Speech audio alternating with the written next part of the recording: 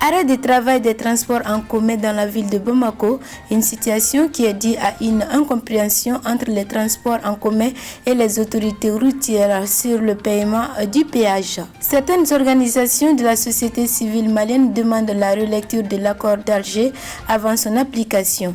Le coordinateur du cadre communal d'analyse et de réflexion appelle plutôt au dialogue. Un prêt de 18 milliards de francs CFA a été voté le 30 janvier 2021 lors de la séance plénière de l'organe législatif de la transition, un fonds qui va permettre à l'État de rembourser certains créanciers de l'EDM endettés à hauteur de 180 milliards de francs CFA. C'était là pour vous le sommaire de cette édition. Mesdames, Messieurs, merci d'avoir choisi LTV pour vous informer. Bonsoir et bienvenue. Comme annoncé dans les titres, les Bamakois ont été surpris ce mercredi par un arrêt de travail de transport en commun. Cela est dit selon les conducteurs aux différentes tracasseries routières, notamment le paiement du péage et les contraventions de la circulation. Suivant les reportages. Très difficile de relier les deux rives de Bamako ce mercredi à cause d'un arrêt de travail dû au mécontentement des conducteurs de transport en commun. Face à cette situation, les passagers ne cachent pas leur mécontentement.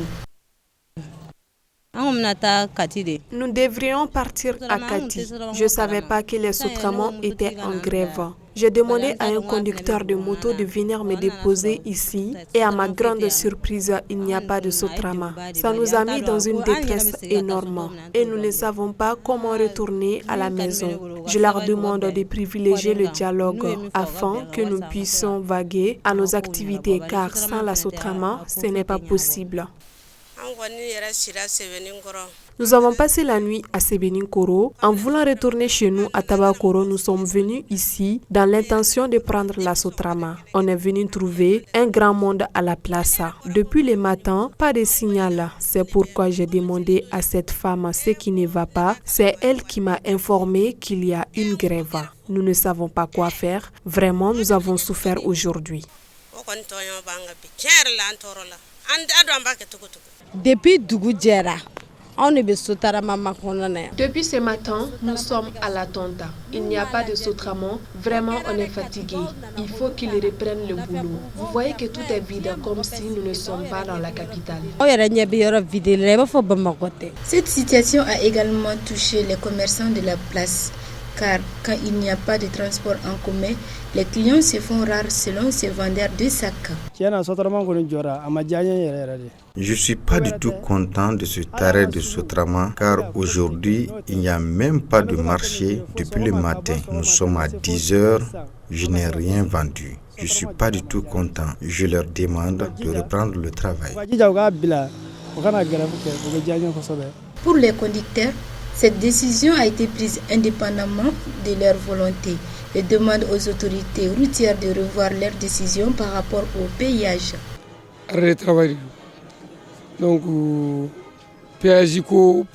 C'est un arrêt de travail causé par la nouvelle décision de paiement du péage. Auparavant, le paiement du péage était à 500 francs pendant 24 heures. Mais l'autre jour, les autorités ont fait appel pour nous informer d'un changement dans le cadre du paiement de péage. Nous leur avons dit que cela ne nous arrange pas. Malgré cela, ils ont exécuté leur décision en ce début de mois de février. Il s'agit de payer 500 francs à chaque rentrée et sortie.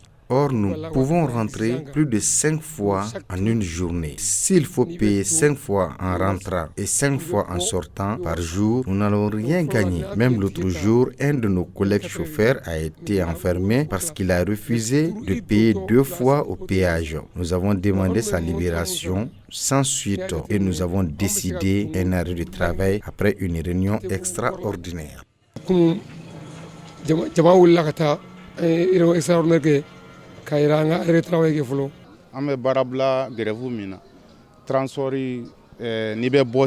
sommes en arrêt de travail parce que auparavant, quand un transport en commun sort, il paie 500 francs au péage pour une durée de 24 heures.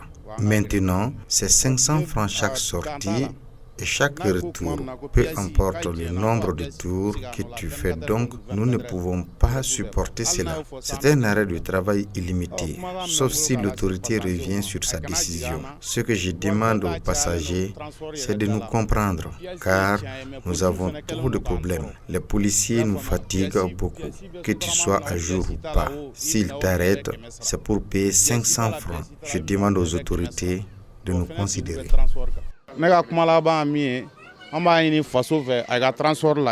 A noter que cet arrêt de travail des transporteurs en commun a paralysé la capitale malienne, qui cause aussi d'énormes pertes à l'économie nationale. Également annoncé dans les titres, l'application intégrale de l'accord d'Alger fait réagir certains intellectuels au sein de la classe politique et de la société civile qui demandent à sa relecture.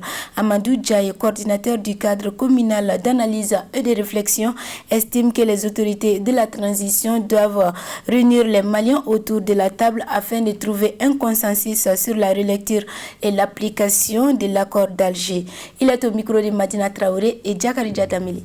L'initiative de l'accord pour la paix et la réconciliation du Mali est vraiment salutaire. Mais en ce qui est son application, aller directement à l'application de l'accord de paix, moi ce n'est pas mon avis. Avant toute application, il faut une relecture pour plusieurs raisons. D'abord, on ne peut pas rejeter l'accord tout entier. Je ne suis pas d'accord avec ce qui dit les miettes à l'accord. Mais au moins, il nous faut faire d'abord une analyse du document en question, voir ce qui est bon dedans, voir ce qui n'est pas bon dedans et essayer d'aller vers une relecture. La relecture, les nouvelles autorités doivent penser à la relecture et réunir les Maliens autour de ça, parce que ça fait partie de l'une des résolutions du dialogue national inclusif. Les Maliens se sont réunis lors du dialogue national et ils se sont mis d'accord, chacun pour faire une relecture de l'accord, voir ce qui est bon dedans, voir ce qui n'est pas bon, ce qu'on doit ajouter et ce qu'on doit enlever. Donc pour moi, une relecture de l'accord est obligatoire et nécessaire. Donc sinon, aller directement à l'application, ce serait un échec. Moi, je vois cette autorité de transition et je ne pense pas qu'ils vont oser aller directement à l'application de l'accord. Je sais, ils sont venus pour les Maliens. Et s'ils sont pour les Maliens, ils doivent écouter les Maliens. Et ce sont les Maliens qui se sont réunis, comme je l'ai dit, lors du dialogue national inclusif. Et c'est les Maliens qui ont demandé la relecture de l'accord. Et je pense que les autorités doivent écouter les Maliens. Mais ça, il ne faut pas aussi oublier les autres parties de l'accord. Le Mali seul n'est pas signataire, il y a d'autres parties. Mais toujours qu'on soit objectif et que les autorités maliennes trouvent la solution rapidement vers une relecture intelligente pour qu'on aille vers une application intelligente de l'accord. Parce que la signature de l'accord va nous amener à beaucoup de bonnes choses. C'est-à-dire, c'est un accord qui est là pour la paix, pour la réconciliation. C'est un accord qui peut permettre à tous les Mali d'être unis.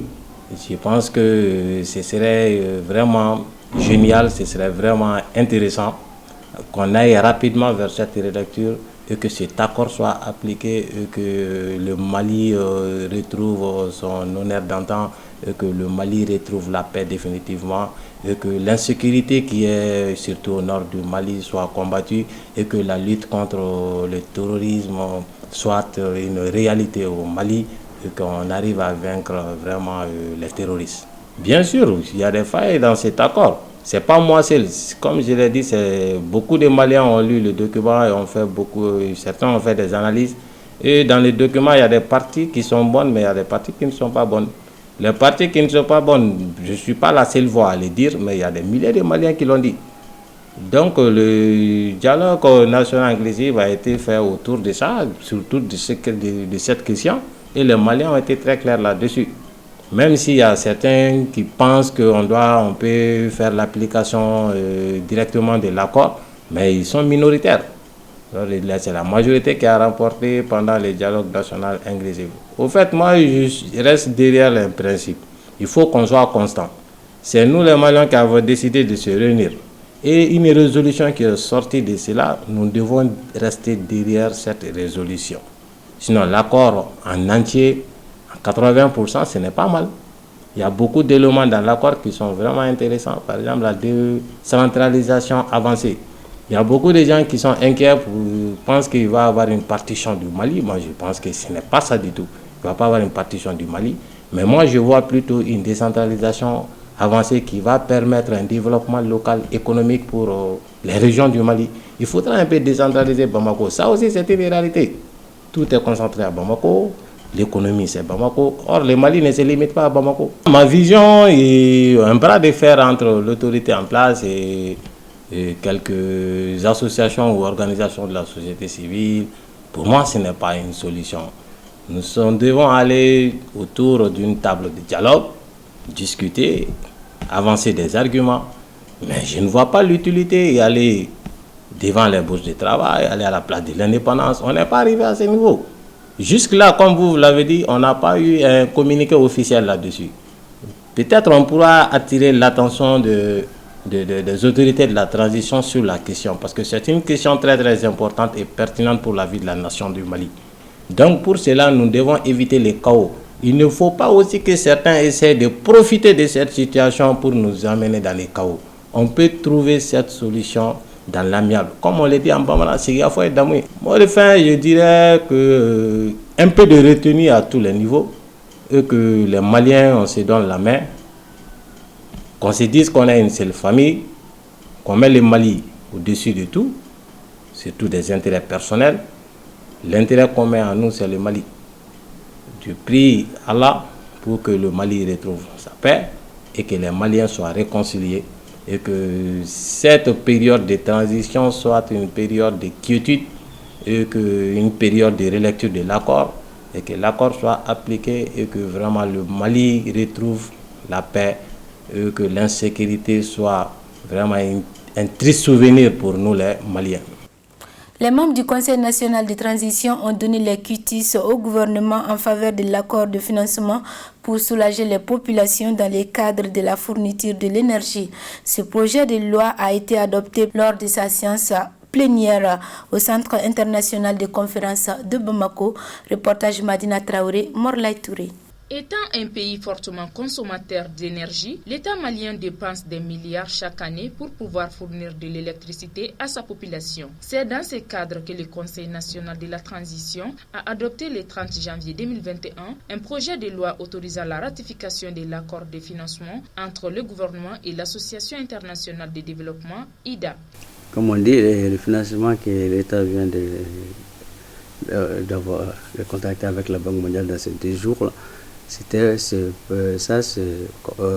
pour permettre à notre société d'énergie, c'est un appui macroéconomique et ça permettra à notre société d'énergie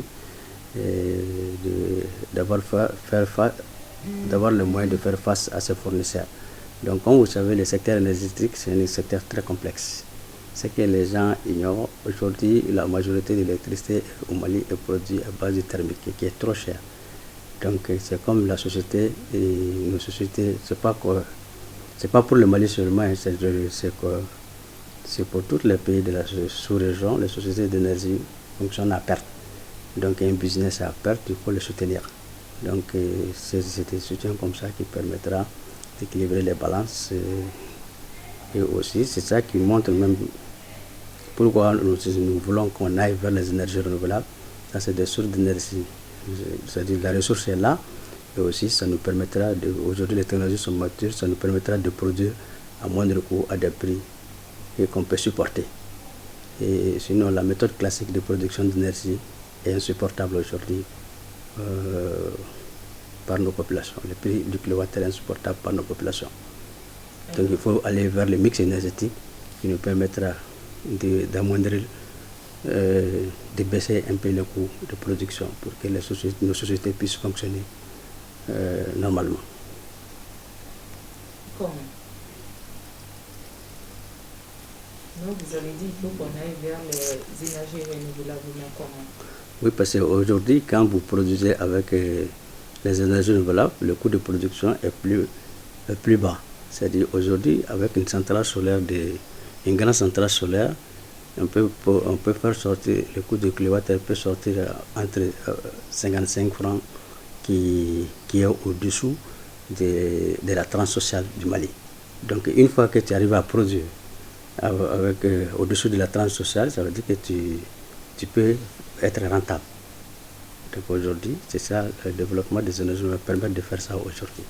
Donc on doit aller vers ces énergies renouvelables pour pouvoir sortir même de ces goulots de trianglement qui fait qu'on est fait qu'endetter nos sociétés d'énergie. Pour Dr Souleymane Berté, directeur général de l'Agence des énergies renouvelables, l'État malien doit mettre en avant l'énergie solaire afin de diminuer les taux d'utilisation électrique.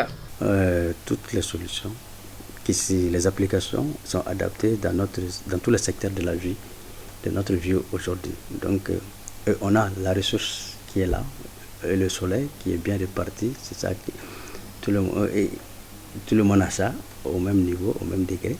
Donc ça veut dire qu'il faut profiter de cette ressource que Dieu nous a donnée. Donc il faut que nous-mêmes dans nos travaux de tous les jours, qu'on essaie d'aller vers l'énergie solaire. Donc si tu as une usine, d'essayer de produire l'électricité à partir de l'énergie solaire, que tu en as beaucoup. Si tu as une machine pour tourner, tu essaies d'utiliser l'énergie solaire pour faire tourner la machine, les salons de coiffure, les trucs, tous les...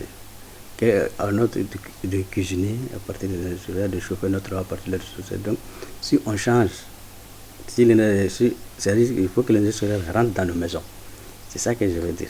Que l'énergie solaire, c'est-à-dire tout ce que nous avons besoin dans nos maisons, qu'on essaie de faire avec les applications d'énergie solaire, d'énergie renouvelable. Et on va voir que non seulement ça diminue notre empreinte carbone dans le pays, et aussi ça diminue nos factures d'électricité. Aussi, ça soulage le budget de nos familles. À noter que les remboursements des prêts s'attellera sur une période de 32 ans, après un délai de grâce de 6 ans. Voilà, c'est tout pour notre édition d'aujourd'hui. Un grand merci à vous de l'avoir suivi et bonne suite de programme sur LTV.